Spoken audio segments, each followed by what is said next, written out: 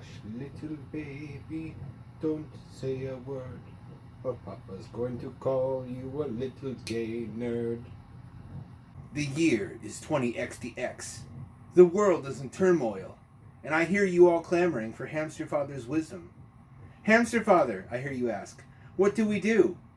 Invest more money in Dogecoin? Yes, always. But besides that, you're going to need one of these. One of these. A bunch of this good shit. Some of these, although this MRE is from 2005, so I'm not going to eat it unless I'm desperate. Desperate for farts, that is. That's what the mask is for. Obviously you want a battery. What have I been saying this entire time? Were you paying attention? I'm horny for batteries. But who's laughing now? It's me. I'm laughing, because I've got all the power. Don't come crawling to me when you need to charge your phone and laptop unless you're ready to suck some This baby's 500 watt hours. It'll put out 300 watts. Jackery now makes a 1,000 watt hour unit that puts out 1,000 watts. That's $999, although you can knock $200 off that price if you put in the code Jackery1000 at checkout. And I know what you're thinking, but no, this is not a sponsored video. I bought this with my own money years ago. I wish they would sponsor me. I wish they would send me a free unit in order to plug it to you guys, but sadly no, they turned me down. I'm still going to recommend it because the nearest competing product, the Energy Apex, which is also a 1,000 watt hour unit, is $1,200. That's a steep price difference. That's a $400 difference if you factor in the coupon code. And really, $800 is not a lot to pay for a kilowatt hour worth of portable energy storage. And you think you're never going to need it, but then something like COVID comes along and you face the very real prospect that basic utilities will be interrupted. And then you'll still be sitting pretty with the ability to run lights, your phone, even your laptop, even cooking appliances, even low wattage RV or camping appliances for cooking meals, as you can see in some other YouTube reviews of the unit, are possible to run off of this battery. And it can be recharged to full in your backyard from solar power every day. So this is why I'm always hyping up batteries. This is their potential. It's as good as a generator, but it never runs out of fuel. You have solar panels that are going to last you 30 years and are going to refill it to full, as good as new, every day. And that's just basically a perpetual energy source so long as the sun keeps rising, which it has done for the whole of human history so far. Now I hear you saying, but Hamster Father, all that shit would have been great to have back in February. But now it's almost April and I didn't prepare. What am I going to do? The answer is, think of the person in your friend circle or your neighborhood who is prepared, the prepper, the guy with all the dehydrated food and shit in his basement. That's who you're going to want to rob. You're going to form Mad Max-style raiding parties. And for that, you're going to need night vision goggles, which it may surprise you to learn are possible to fashion out of an Oculus Quest. $399 on Amazon right now. Great thing to have when you're in lockdown anyway. Many people don't know that the positioning cameras on the Oculus Quest are infrared. The cameras which provide not only the tracking, but also the monochromatic, wide-angle, stereoscopic pass-through image that you see when you're outside of your VR play space. Because these cameras are infrared, they can see light that's, I think, 800 to 900 nanometers. I think 940 was the recommended wavelength for infrared light to be perceived most efficiently by these cameras. And you can buy infrared flashlights on Amazon. The light from these bad boys is invisible to the naked eye. You'll be able to see a little bit of it on the phone because this camera picks up IR light, but not as efficiently as the cameras in this headset, so you only see a little bit of it. It's actually much brighter than this. To the naked eye, the lighting element just glows a dull red. However, to the cameras on the Oculus Quest, the light coming out of these flashlights can illuminate a whole room, and in fact can cast many hundreds of feet and cover a very wide area and be very, very visible as if it were daylight. So now I'm going to affix the flashlights to the headset using black zip ties and an orientation appropriate for illuminating what's in front of the user, invisibly, at least to the naked eye. The thing about preppers is they're often gun collectors, so you're really going to want to approach in the darkness, and they won't be able to see you unless they're also looking at you through a headset of some kind, which gives them a video display and cameras that are at least somewhat sensitive to light in the infrared portion of the spectrum. You at least have a fighting chance this way. Another important tip is don't eat the fat ones. I know it's tempting because they're so much slower and easier to catch, but they're much less nutritious. Your body doesn't actually want to eat that quantity of fat. You're going to want to go for the lean, muscular ones that have the highest percentage of muscle tissue as a percentage of their BMI. Now that may seem pretty grim to you, but Fallout should have prepared you for the reality that sooner or later we were going to have to start eating human flesh. And nutrition doesn't become less important in the post-apocalyptic hellscape, it becomes more important. Now really, this should be sufficient illumination for your nighttime cannibalistic escapades, but if you want a little bit extra, you can always put the third one right up here. You can even angle it in order to get a wider area of illumination in front of you. And again, this appears on camera but would be invisible to the naked eye. You just have to hope he doesn't have his own NVGs or his phone out. Now, I don't know how clearly you can see through this eyepiece. It's kind of showing up flickery on my phone. But this is a pitch black room. And here's the inside of my play space where it's just VR stuff. But if you step outside of that, you get the pass-through function, and it's brightly lit. I have both the lights on. I probably only really need one of them.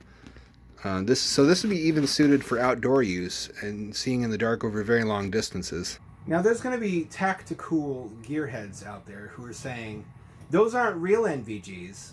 Real NVGs amplify light. Those send them out like toy night vision goggles. And that may be true, but what you've not considered is, shut up. Fact of the matter is, these puppies work just fine. They cost hundreds of dollars less than dedicated night vision goggles with comparable specifications. And they just make me look and feel like a sexual tyrannosaur. It's not enough simply to be able to sneak up on your asshole neighbor once you figure out where he's been stockpiling all that toilet paper that he bought from Walmart before anybody else could. You're also going to want to set him on fire with this XM42 modular flamethrowing unit. On approach, you're going to want to have the pilot light off, otherwise he'll see the flame. And it's notable that while this unit does not come with Picatinny rails, there's a mounting system for Picatinny rails, which means that any of the common firearms accessories designed to attach to Picatinny rails can be used with this firearm. Up to and including this electric rail-mounted chainsaw bayonet, which I've been saving my pennies for, because you know I love electric shit, gotta save the environment. But also, when you're out there fighting for toilet paper on the post-apocalyptic battlescape, after you set your enemy on fire, if he survives, he's going to be hopping mad. He's going to want to retaliate. But he can't do that if he hasn't got arms. By the way, in case there are impressionable people watching this who somehow can't tell, I'm not sincerely recommending that you rob houses or consume human remains. I mean, I'm not some sort of maniac. You'll be relieved to know that being underwater and with a life support system that incorporates multiple filters, Hampture is totally unaffected by the global pandemic currently ravaging the surface world. Let's check in on our industrious little hamster knot. As you can see, he's going about his business totally indifferent to the affairs of us surface parasites. Now, the module on the right had some humidity issues like a week ago, and I racked my brain trying to figure out the reason until I investigated the inline water traps that are supposed to remove moisture from the incoming air, and one of them, the one for the right module, was on its side. I'd forgotten that they're orientation dependent. They only work when upright. They're gravity operated to some degree. So I restored the filter to its upright position, and within about a day, the humidity, which had accumulated to that point, dissipated. How to solve this in the future? Probably just 3D printed stand that will hold them upright rigidly, that I will then probably screw into the table or something, just so that I can rely on it remaining upright while I'm away. Now, maybe you were wondering why on the live feed on my Twitch you have not seen the 3D printer doing anything for a long time. That's because after miscalibrating the height of the print bed one too many times, I fouled up the print head irretrievably. So I bought a bunch of brand new print heads. I don't know if you can see it. Stainless steel. I've got a baggie of like 10 of those. I've also bought replacement fittings for the filament feed tube. This filament has grown brittle, though. I may have to replace the whole spool just because I wasn't using it for too long. Apparently you're supposed to store those in some kind of humidity-proof container because they can dry out. It's not an issue of them absorbing moisture, but of moisture escaping the plastic until it snaps easily. That might have also played a role in fouling up the print head. I also had to replace the glass print bed because it scraped along it. I don't know what that was about. It has a bunch of new parts now, though, and it's still not printing. I'm not sure what the issue is. I'm going to continue disassembling this portion in order to see whether the filament is actually entering the hot portion of the printer. Alright, it seems to be going in there, so I'm not really sure what the issue is. It's just not printing. This is discouraging because I consider the printer essential to the future of this project. A lot of the setbacks in the past were due to not having the correct part on hand and having to hunt it down. With the printer, I should be able to just design and print one, especially the ballast containers. I think the company that used to make the containers I use no longer makes them. They sold the molds to another company, so I was able to get newer replacements for more recent habitats, but there's no guarantee of the future supply of certain parts. So being able to fabricate, for example, ballast containers, which are also very expensive, by the way, I don't know if I mentioned that, would be of tremendous utility. I'm going to keep working on this and hopefully sort out the issue. I know that the filament is going in here, or it was until it snapped. I'll have to refeed that. I think there's something going on in here. Either this isn't heating up, or there's some kind of blockage, or something is preventing this the filament from melting and coming out the nozzle. Back in Home Depot in the time of Corona. Got the washers and the bolts and the nuts that I need. Can't forget the nuts. The nuts. I think I got everything. I'm just finishing up. Getting a lot of weird looks from people in here. Not really sure why. Maybe because of my sweet ass. I mean, I can't blame them, but try to be more discreet about it. People just can't keep their eyes off my bootylicious hams. Nobody cared who I was until I put on the mask. Slather my nude body with jelly, and then beat my buttocks raw like a bongo drum, Batman. It would be extremely painful. For you. So what are we looking at here? After the leak some months ago, I reevaluated everything I thought I knew about how to assemble these habitats. And that included how I seal hole penetrations. Because if a leak's going to occur, the hole penetrations are where it's going to happen. And most of those hole penetrations are really low down. They're the holes where bolts attach the ballast pods to the shell. At which point I thought, the modules in the aquarium have 8 hole penetrations for the bolts. Megahab has 12. Oh shit. I built Megahab using the same sealing techniques as the old habitats that leaked. What does that mean? Do I need to worry that this thing's going to emit water too? So I tub tested it, and it was really almost watertight. It only leaked from this one point, and the reason for that was because I drilled 2 holes where I should have drilled 1. I drilled 1 hole and it was in the wrong position, so I re-drilled, and I guess I didn't adequately seal the one that was incorrectly positioned, and that's where water was entering. So I don't know if it was really necessary to completely disassemble this thing and to completely take all the ballast pods off, but I wanted to be better safe than sorry. I really could have just taken this one off and resealed that one point, but I I'm not fucking around anymore. This thing is not going in an aquarium where I'm going to be watching it all the time. I mean directly. It's going in a lake. I'm going to have a webcam on it. But if something goes wrong, I'm not going to be able to necessarily get there, lickety split in order to do something about it. So it's really got to be as watertight as possible. I'm of half a mind to buy an entirely new container. I just don't have the funds for that right now. So before I do that, I'm going to try to reattach the ballast pods and adequately seal this incorrectly positioned hole this time. And I'm going to see how that works. All right, this time I'm pretty much applying silicone every possible place there is. In between the washers, in between the bolt and the washers, in between the bolt and the shell. Washers on the bottom side as well that are also sealed together with silicone.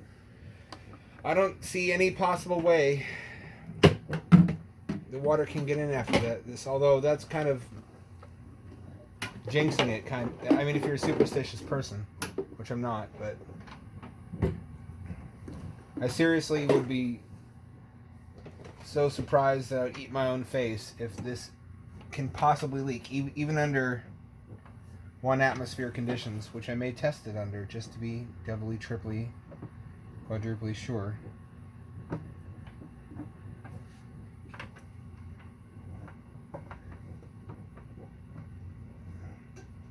Go in there.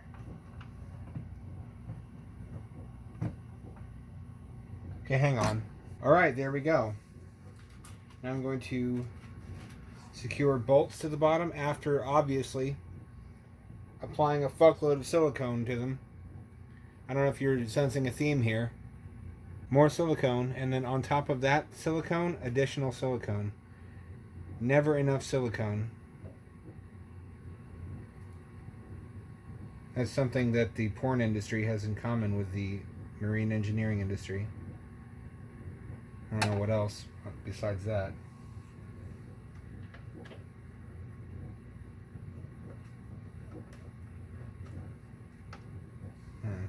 That didn't feel right. Let me try to secure that. Where did I put the... Here it is. There was a wrench or something somewhere. I can never find what I need when I need it. Oh, it fell off.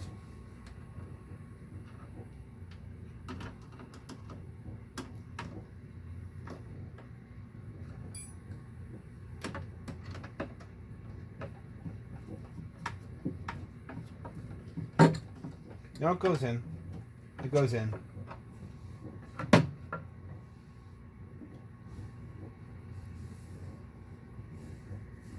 Not as well as I would hope, but acceptably.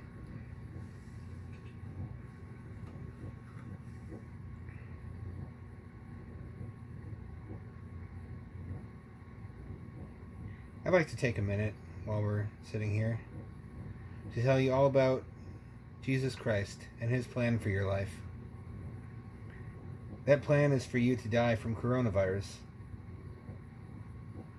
But it's not ours to ask why. Our role is just to go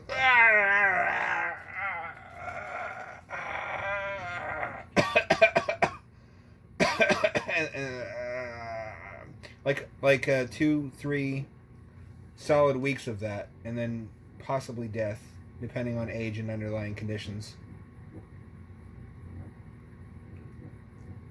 This has been a sponsored message from the Westboro Baptist Church.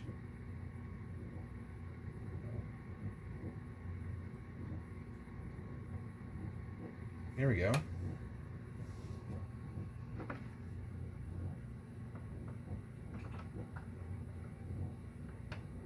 There we go. That feels good.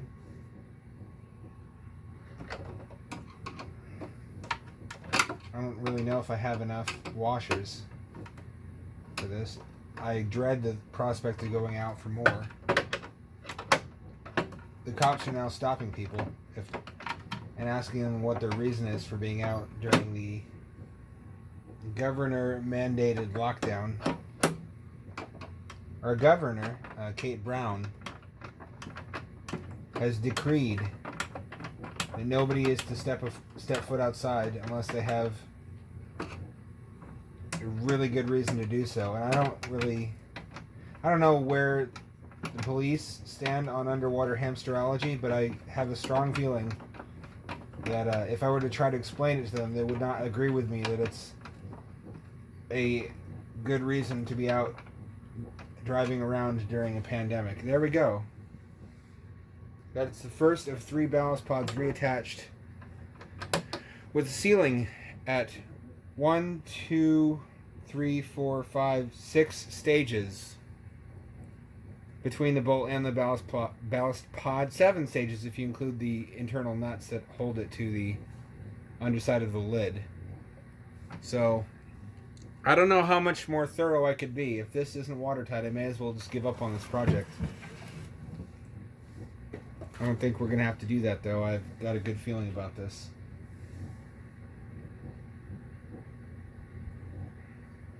These are some of the old washers. I actually bought a new package of washers for this fucking project. They were the wrong diameter. I'm having to reuse the old ones. Hope that doesn't turn out to be a mistake. I don't see how it could be.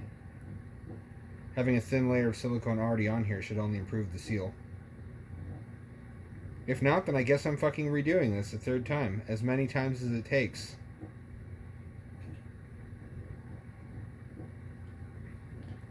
I guess there's really no limit at this point. I'm gonna force this to work at any cost. I mean, depending on Patreon support, obviously.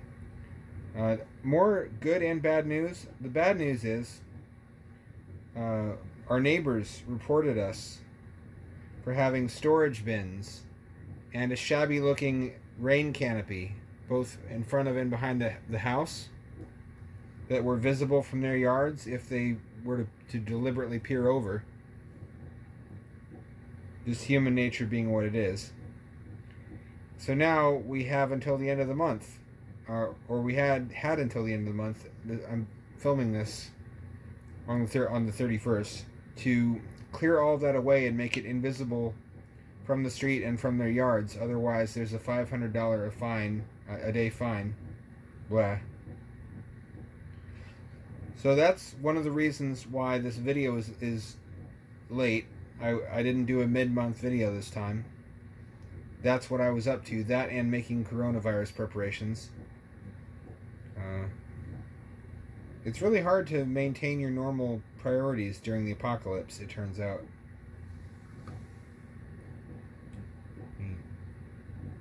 Smoosh this on there. I'm not being stingy with the silicone either. This is gonna fucking work, and if it doesn't, I don't understand anything anymore. That's a double layer. That's right. I have to use 2 layers for the bolts here and here, and at the edges, because this has little feet. I guess I could have dremeled those off, but there's also these lines. I would have had to do a lot of dremeling at the risk of compromising the structural integrity on the bottom of the shell, and I didn't want to do that.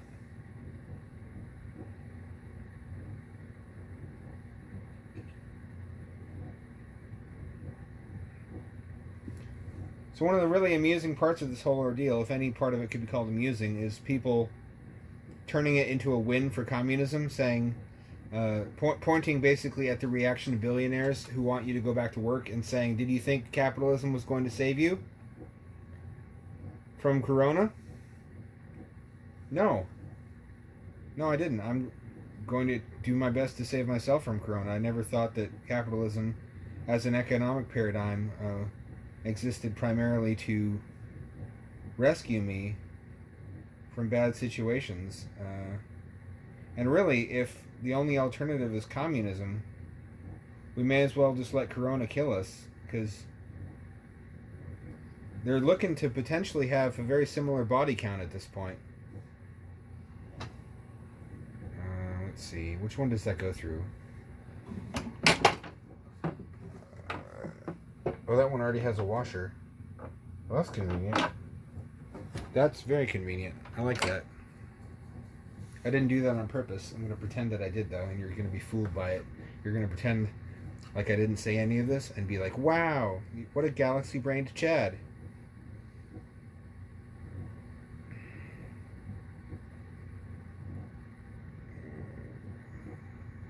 we go. Oh, that's right. That one already has it. What this doesn't have is the fucking double. I'm going to reapply some there. I missed the spot.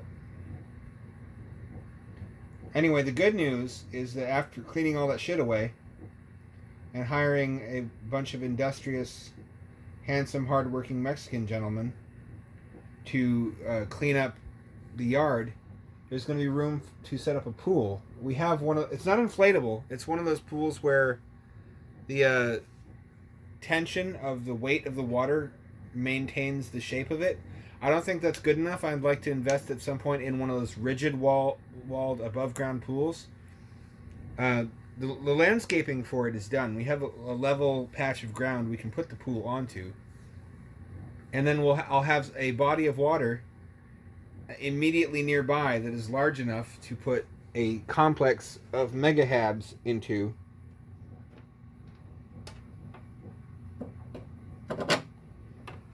Which is also nearby enough that I can run the compressors and everything off of grid power and have webcams and everything that work off of Wi-Fi instead of a 4G signal, which should mean dramatically better frame rate and picture quality. Which solves the problem of where the fuck I'm going to immerse this thing, because this won't fit in the aquarium. I can't fit a bigger aquarium in place of where the current one is. I have very limited options in that respect. But if I can get a pool going... Oh, hold on. I didn't imply the... How foolish of me. If I can get a pool set up in the yard, that solves basically all of my problems. I'll have a large-ish body of water, large enough for, I think, 3 or 4 of these connected. I think I'm going to go for 3 initially, and then have the 4th one just be a smaller module that I put the food and water and everything into. Use that for resupply and as the bathroom, as I'm currently doing with the aquarium complex. I mean, what's the alternative? Waiting for this to blow up to the point where I can afford to move to a lake, live on a lake, just so I have a body of water handy to put this shit into. I think that's kind of an unreasonable budget item. I don't think that's a good thing to pin all my hopes on. I mean, that would be awesome if I had that kind of money, but then that money could also be used to build a human scale habitat, which I'd rather spend it on. It won't be as cool, I don't think, having it in a pool, but then again, that can just be another stepping stone. That can be what I do now until such time as the opportunity presents itself to put it in a natural body of water, which is, it's going to be a while before I can do that for the reasons I just outlined. How you guys weathering lockdown, I wonder? I mean, for me, it's not that different. I'm kind of a shut-in anyways, and almost all my hobbies are indoors.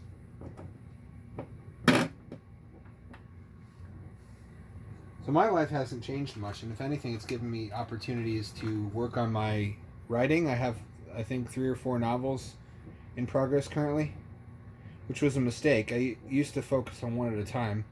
I thought if I had several going, I could jump around, and when I got bored of one, I could go work on the other as a palate cleanser, but it just created a sort of ADHD where I'd pop in between them frequently and add 1 or 2 sentences. Go in there. There we go. This looks like it should work. Famous last words.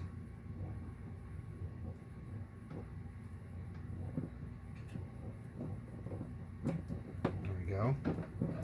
No, go in there and stay. Going in there is only step 1.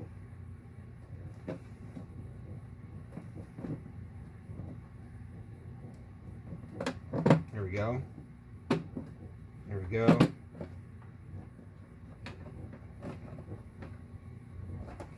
Could you please cooperate? You fucking screw. There we go. This one's a bit of a tighter fit than the last 3. Or 4. 1, 2, 3. Yeah, 4. I'm going to need to fish more washers out of wherever I put the used ones.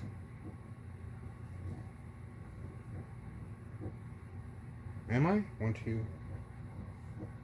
Yes, I am. I need to find more of these washers. I don't know what I'm going to do about that. I guess I'll cross that bridge when I come to it.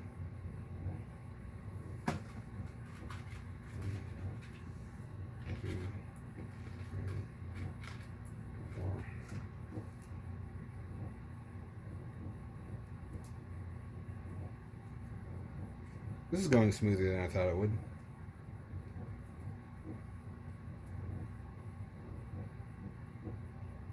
These are all stainless steel. The only metal parts I'm using are non-corroding metals for obvious reasons. If you're going to make something that goes underwater for long periods, especially in a bioactive environment like a lake with all kinds of microbial shit happening, or even a pool, you need to use plastics and non-corroding metals and not a lot else. I mean, silicone is another one of those materials that won't deteriorate.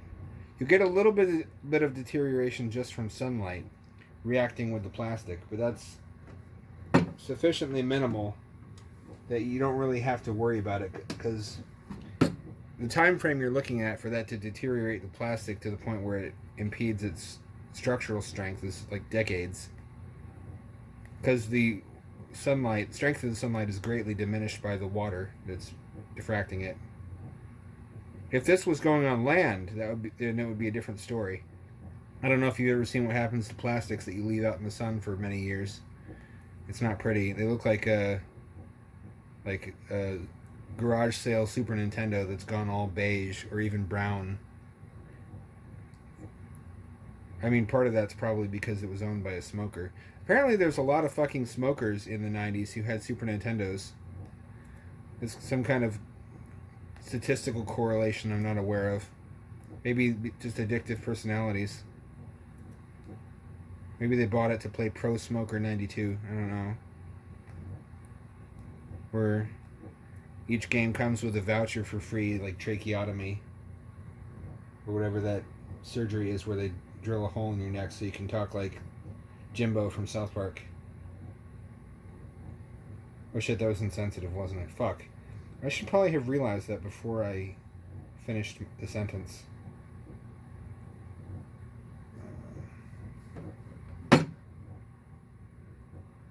I fucking love Super Nintendo. Sega can suck my dick. Oops. This on here. Nope, I forgot. A little bit of silicone on here too. Silicone on everything from now on. There's no such thing as too much. Doesn't matter that the ballast pods aren't gonna don't need to be watertight. That's irrelevant because there's a potential passage from the ballast pods up into the shell, like through here. So any possible entry point for water has to be accounted for. If this seems excessive, it's not. Water does not cooperate. That's like the fucking motto, or should be the motto of marine engineers. Water does not cooperate. It does not do what you want it to do. It obeys the laws of physics, not the laws of man. Or I guess I have to say laws of person now, like with a Y. I don't know.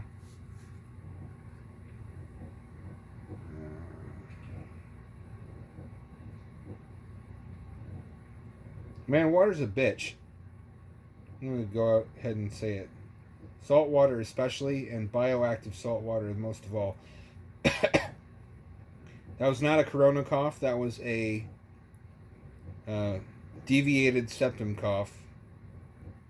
One of those underlying issues they warn you about. I should be so lucky that corona would kill me. That would get me out of my student loans.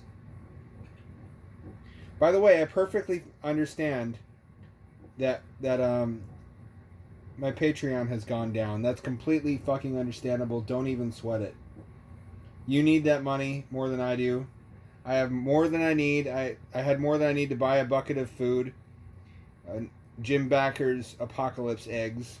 Not literally gym backers, but it's just the same kind of shit that he shills. It's actually not a bad deal. Um, if you just buy canned food, it's going to go bad pretty quickly on the time scales that prepping involves. But dehydrated food in those buckets has a shelf life measured in decades. It's like 25 years. So you can be damn sure that if you store those buckets in a cool, dry environment, that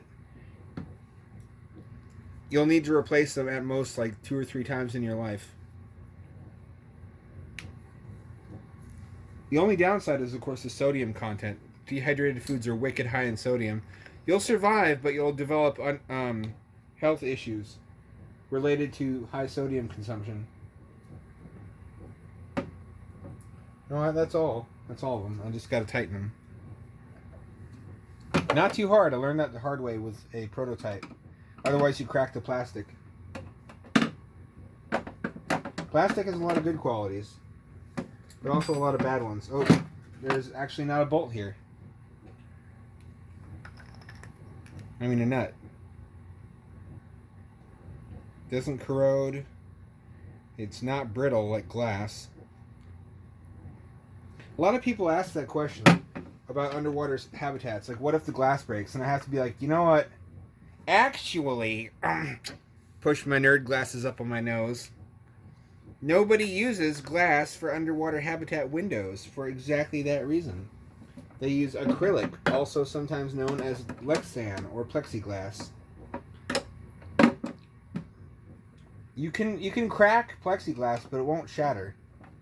And it takes a lot more force to crack it. That's also the material that those transparent bubble cockpit subs, that's what the bubble cockpit is made out of. Because it has incredible compressive strength. It still has to be like an inch or more thick. And in the case of planned submersibles with panoramic bubble cockpits that are intended to go down to the Challenger deep, we're talking like a foot thick, or between 6 inches and a foot. So it still has to be quite thick in order to achieve that compressive strength. But we're looking at a near future submersible with 360-degree panoramic views instead of these tiny little sad portholes that can go down to the deepest points in the ocean, which are almost, I believe, 7 miles. It's 6 miles and 4,000 feet. Wouldn't that be something? The answer, of course, is yes, it would be something. You're welcome. That doesn't want to close. I may have made a terrible mistake here. Oh, that's right. I can just pry these with a screwdriver and hammer it closed. Should I do that now? I feel like I should do that now to make the other one easier. I don't know that that's necessary, actually. So give me a minute to dig around and find more of these. And welcome back to Late Night Hamster Talk with Hamster Father. Our topic for this evening: have you ever wondered why laying in bed late at night you sometimes have impure thoughts about submarines and your small pee-pee turns into the big pee-pee? I know I do. That's just Satan trying to corrupt your soul so that you don't get to go to waterslide heaven. That's the secret heaven the Vatican doesn't want you to know about, where it's like regular heaven but with water slides as like a public transit system. And there's actually a layer above that, known only to the Knights Templar, where it's the same as waterslide heaven, but with Dr. Pepper instead of water. The more you know.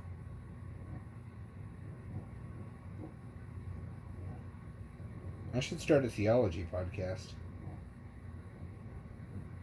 Because really, can you disprove any of that? I didn't think so. Nerd.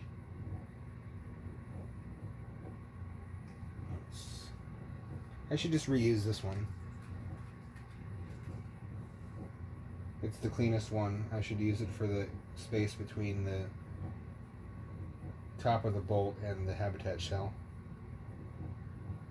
Yeah, why don't I just do that now? Here we go. Here's what I've been doing with the bolts. Sorry this is not the best angle. This tripod isn't great. I don't know if that's showing up. I'm getting it right on the lip.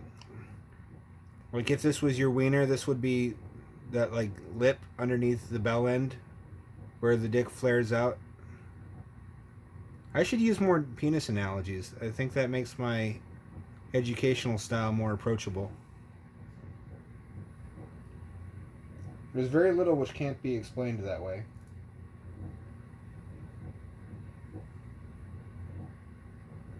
And then I do this to make sure there's no unsealed gap in between the washer and the bolt. And that's going to smoosh out as soon as I put this bolt through here.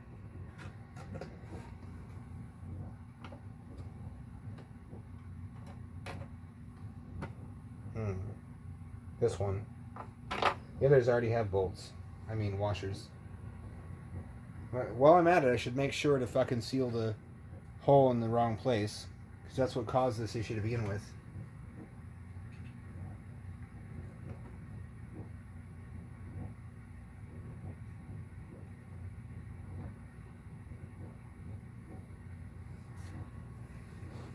From inside too.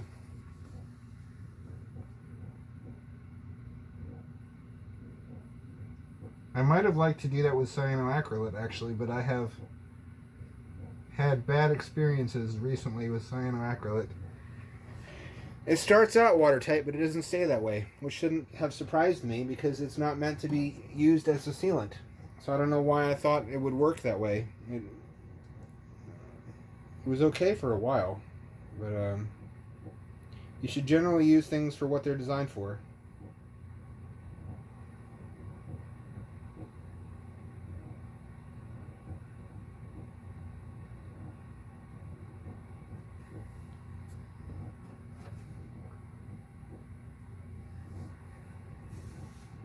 I mean, some people would say that that includes, like, not putting your pee-pee into bums, but it's also not designed to go into mouths, and we all know how rad that is. Checkmate, atheists. Fuck, is that gonna be good enough? I'm second-guessing myself now. I mean, there's a gallon of fucking silicone in there. As long as I let this dry long enough, it should be as watertight as I can possibly make it. Let's see. Does that one have a washer? That one doesn't have a washer. It also doesn't have a spacer. So I need to make a spacer. I like how 90% of this won't be visible, but I've already done it, so I'm just going to use the footage. Have I played Half-Life Alyx? Some of you are probably wondering. I have not. A very generous viewer, whose name I will be putting up on the stream in some fashion after I receive the card, has pledged to mail me his RTX 2080, which I need in order to play Alyx smoothly over Oculus Link. Because I had to be Mr. Fancy Pants and trade in my CV1 for a Quest under the assumption that Oculus Link was going to be just as good as having a wired headset, which it was not initially. It's getting better and better, but that's not really what I expected or paid for. I've got to do this one too. I really thought it was going to be just as good right away, but I guess I'd rather they release it early and let us figure out any performance bottlenecks and watch it improve over time so we can appreciate their work than make us wait for it. That's, I guess, the only way in which they significantly differ from Apple at this point. Oculus is trying so fucking hard to be Apple. Holy shit. They're trying harder than Nintendo to be Apple. And that's saying something. Am I jelly of those with indexes? Yes, I am. Would I get an index? No, because it's $1,000, and even if I had $1,000 to spend, I could think of better things to spend it on. There are better values. I think a lot of people with no experience in VR are assuming that because Index is coming out at the same time as Alyx, And that's the first really huge AAA VR game. They're like, okay, what's the absolute best VR headset? Well, right now it's the Index. Okay, therefore that means that only the Index is worth a damn. The very most recent VR headset must be the first actually good one, and every other VR headset before that must be crap. No, wrong. I would say DK2 was even almost good enough, but not quite because of the low resolution and the optics were kind of fucky and gave people headaches. CV1 was fine. I'm saying this as a boomer, though, who had VR in like 2005 on the Imagine Z800 headset, and then who played with Forte VFX1 and VFX 3D head-mounted displays at VR Camp in like 2000 at OMSI, which is a science museum that has like a summer program for little mini nerds, little tiny nerdlings. So I've been doing VR a while. I could tell you it gets a lot worse than what you've seen. And its usability does not start at the high end. You can decrease the stats quite a bit. I would say the absolute minimum field of view for a good experience would be something like 80 degrees. And DK1 resolution is at the extreme low end of acceptability, I would say. Imagine Z800 was 800 by 600. Try to wrap your mind around that. I mean, Jesus, 800 by 600. Stone knives and bearskins. Why is this not doing what I want it to? I need two knives, I think, at once to do this. Do I need two? I need two, I think. Do I have two? I have two. That's why I have these in this bag, probably.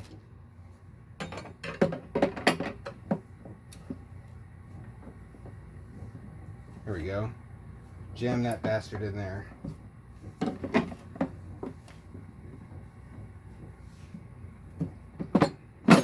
No, fucking go in. No, I had it. God damn it. Really?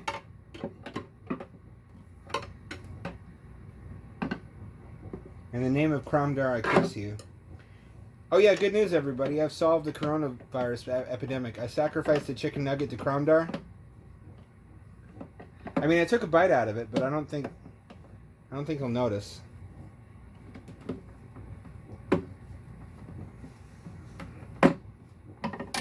There we go. That's kind of a bitch, but I had to pack them as close as possible to get them all underneath the base of the habitat.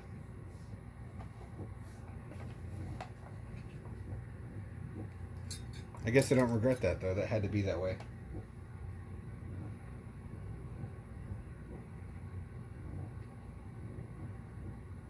It would have been really ugly if I spaced them out even slightly. There's two in there now. I have to do two more of these.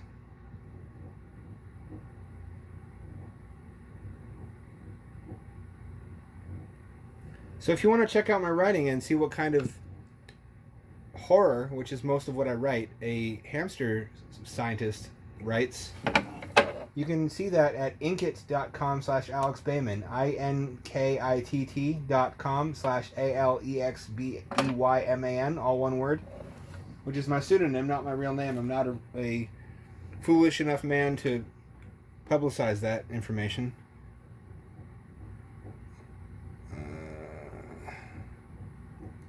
And I write some science fiction, but even my science fiction is kind of horror-ish. I've had a lot of negative feelings about my life over the past decade. And rather than let that get me down and destroy my sanity, insofar as I have any left, I decided to monetize that. Why not make money at it, right?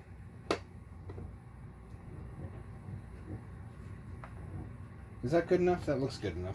I need to apply it here now. So I wrote horror.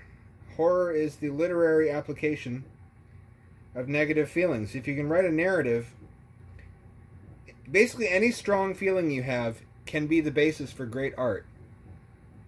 strong happiness, strong love, but also strong fear and despair. Art does not have to be positive or uplifting. People love scary movies. People love tragedies as much as they love romances and comedies. So if you have strong feelings and you have the ability to communicate symbolically in the form of a narrative, an entertaining narrative, what it's like to feel that way in a way that provokes the same feelings in the reader, then you've got something. You've got dynamite on your hands. I don't mean literally. I don't mean like you've got bomb hands, like some kind of golden age Batman supervillain. Like, oh shit, my hands are gonna explode. There we go. That's the good stuff. That's when you know you have a narrative people will pay to read. I need at least affix one. That's what I was afraid would happen.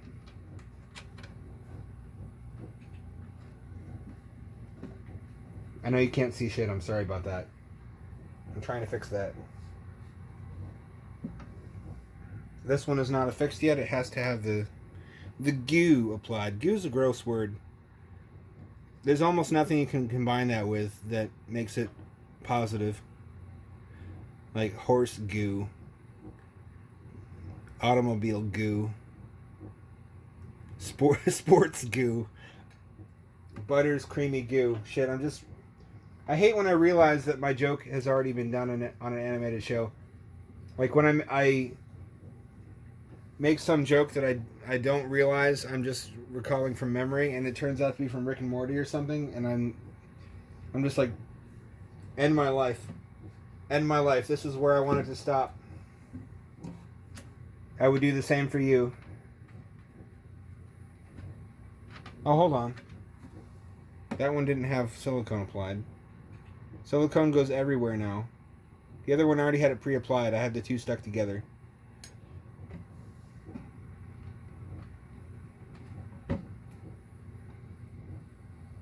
But then again, nobody's totally original. Everything's a remix. People are themselves remixes of other people they met and liked the style of. We subconsciously, not even realizing it, we assimilate the affectations, thoughts, and other qualities of people that we admire. If we see someone wearing something we like, we might buy that garment, and then the same way, if they have a turn of a phrase that we find charming, we might find ourselves saying that.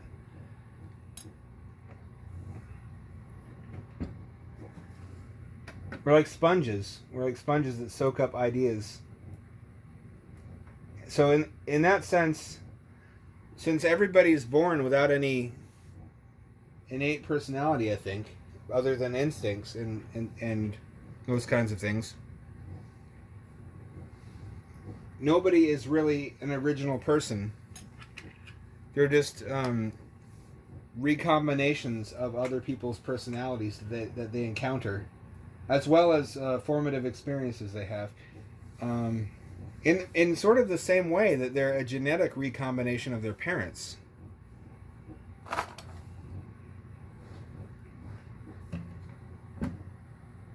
Is this what I was using? Yes, it was. Okay. Remix of a remix of a remix. I am just a copy of a copy. See what I did there? Fuck. I just gotta learn not to agonize over it. So I guess that lowers the bar too. That's kind of a relief. You don't ever have to necessarily come up with something totally original. Probably Hampture's not even original. I think I've talked about that in the past, about how the inspirations for this came from media that I saw growing up, like that underwater hamster base level in Earthworm Jim, Down the Tubes, or that underwater elevator scene where in Secret of Nim, where the rats make a aquatic elevator out of a lantern, and just general mouse punk stuff like Rescue Rangers and the Witches. Remember the Witches, where the kid gets turned into the mouse, and at the end he has this wicked awesome Lego city with like a little monorail and elevator and shit. But then you find out that mice only live like 2 years. I think he gets turned back into a boy in the movie, but not in the book. I'm not sure about that.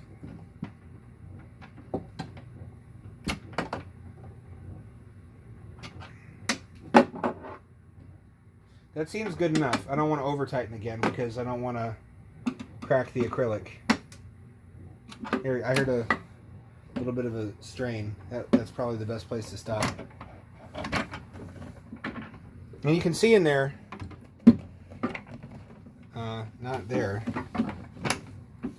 there, where I've really gone to town sealing up that hole. Probably that's all I ever needed to do. But again, the second worst possible failure state happened, and that kind of warrants a total from the ground up redesign of your methodology.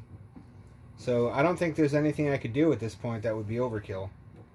This has really got to do the trick. This can't be for show. This has got to survive many years without any maintenance really or incident in a very challenging environment where it's not a exaggeration to say it's more challenging than space, but for different reasons.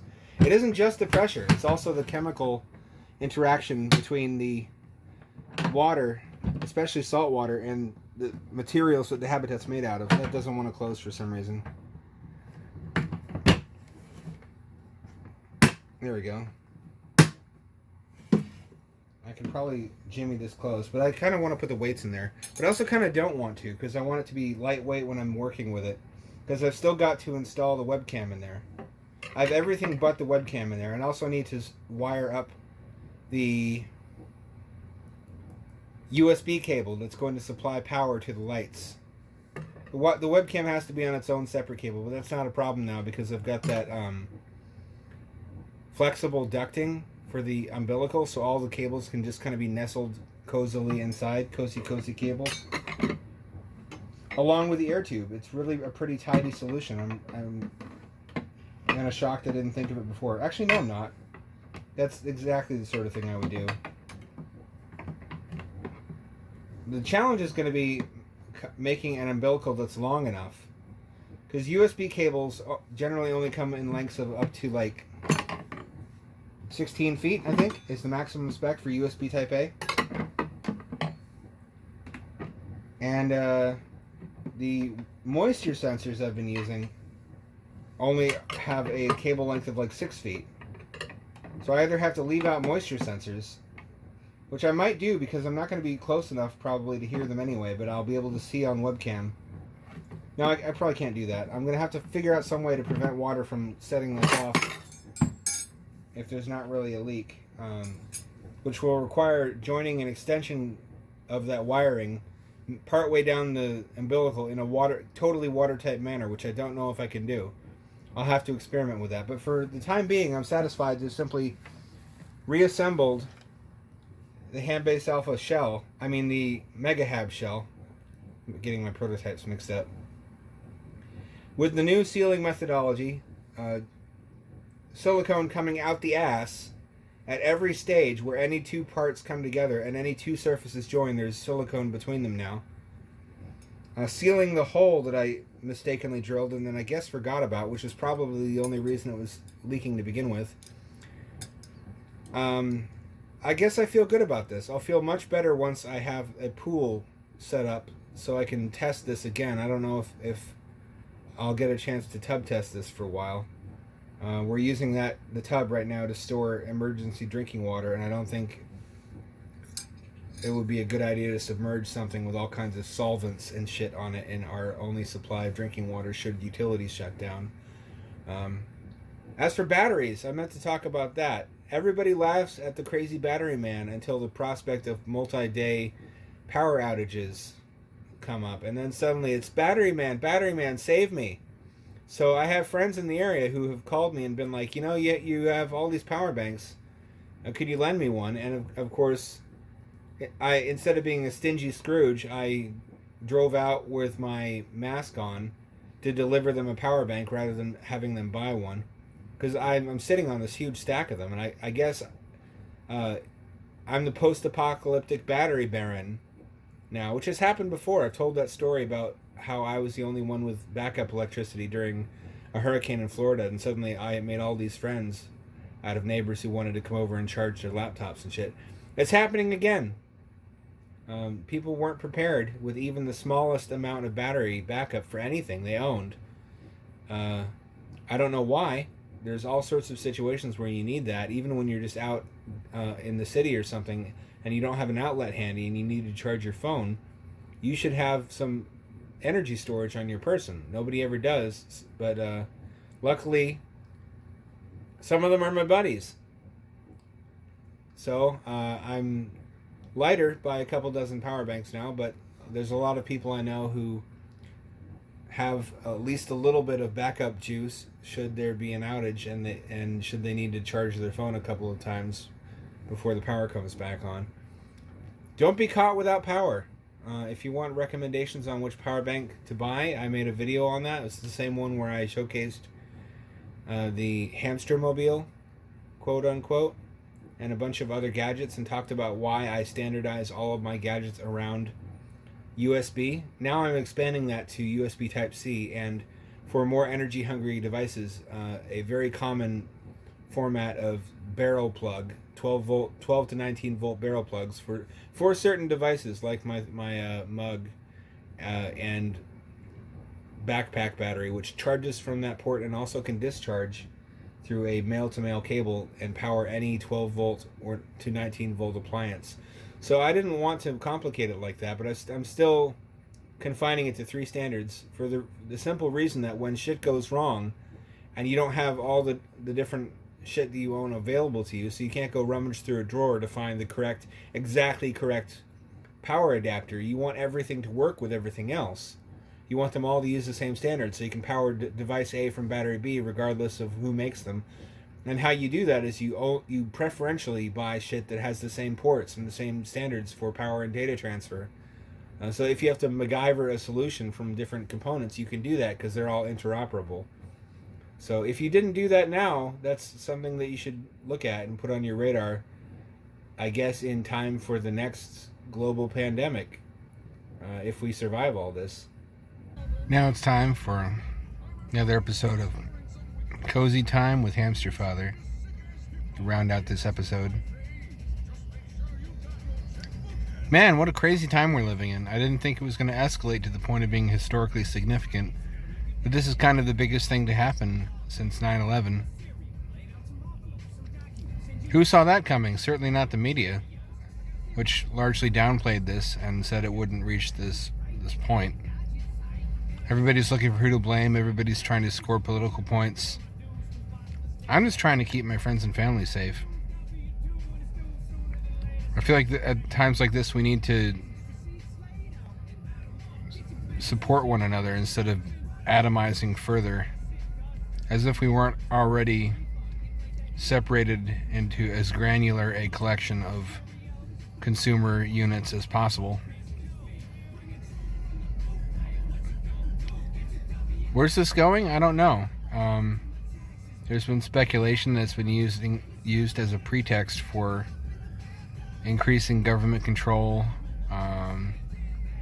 prohibiting large meetings of people, which can be used as a pretext for suppressing protests. And it's kind of tinfoil hat territory, but at the same time, when dealing with our government, there's almost no conspiracy theory that it would actually put past them. Whether I believe it or not is another issue. What should you have by now? You should have a large store of fresh water. Toilet paper, I guess. I mean, everybody's hoarding that when they should be hoarding food and fresh water. And batteries. That's another thing I won't shut up about with good reason. I've got my suitcase battery. I've got a fuckload of power banks. I've got my backpack battery. 2 of them, 73 watt hours and 88 watt hours. Probably I'll just use it to... I mean, if I charge my laptop, that's like 4 charges. But if I charge my phone, it's like a month of charges. So probably I'll just make do without my gaming laptop if worse comes to worse. You know, really rough it. should have dehydrated food. I talked a bit while I was constructing the habitat about why dehydrated food is the best thing to have as an emergency backup supply of nutrients and proteins and whatnot.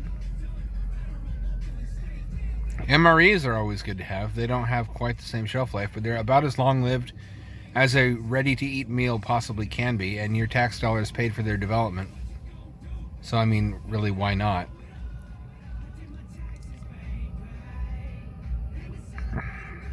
N95 to N99 masks. Apparently, Ocean Reef is releasing an adapter that will turn their full-face scuba mask into a respirator unit that will also cover your eyes and nose, and that looks pretty dope. I can justify that by using the mask to dive later. I mean, if it will function as a respirator, I can also probably affix a regulator to the air inlet so it only draws air from the compressor when I breathe in, and then use an adapter to connect the other end of the regulator to an electric automotive air compressor. Then I'll have a surface supplied mask for breathing underwater that only sends me air when I inhale, which would be pretty dope. I don't think I've ever seen anybody build one of those.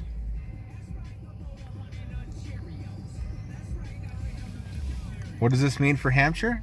Probably the least important question we could ask about this, but for fans of the channel, I thought I would bring it up. I've already talked about my plans for a pool. I might just buy the parts to make another small aquarium module on the off chance that I can get my hands on a larger aquarium, just so I'd have 3 modules. Really, I've come sufficiently far just by having 2 well-made habitats with all the construction methodology nailed down to a science. Connected by tubes, that was a big step. Solving the problem of modular expansion.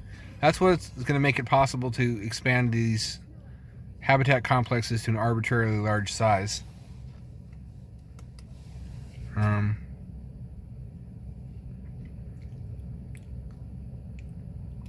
again, this project might be the last thing on my mind if the coronavirus situation gets worse. I don't know how it could possibly get much worse than it already is. I don't know, Skelmo. What do you think? Skelmo says we're all gonna die. Eat the fucking hamburger, Skelmo. There you go. You too good for your hamburger? You're the one who wanted to stop for McDonald's. I was like, we have food at home. And you were like, those frozen jugs of cum that you keep in the freezer are not food. They're a beverage. And I was like, that's bullshit because they're solid. It's like how ice cream is a food, but milkshakes are a beverage.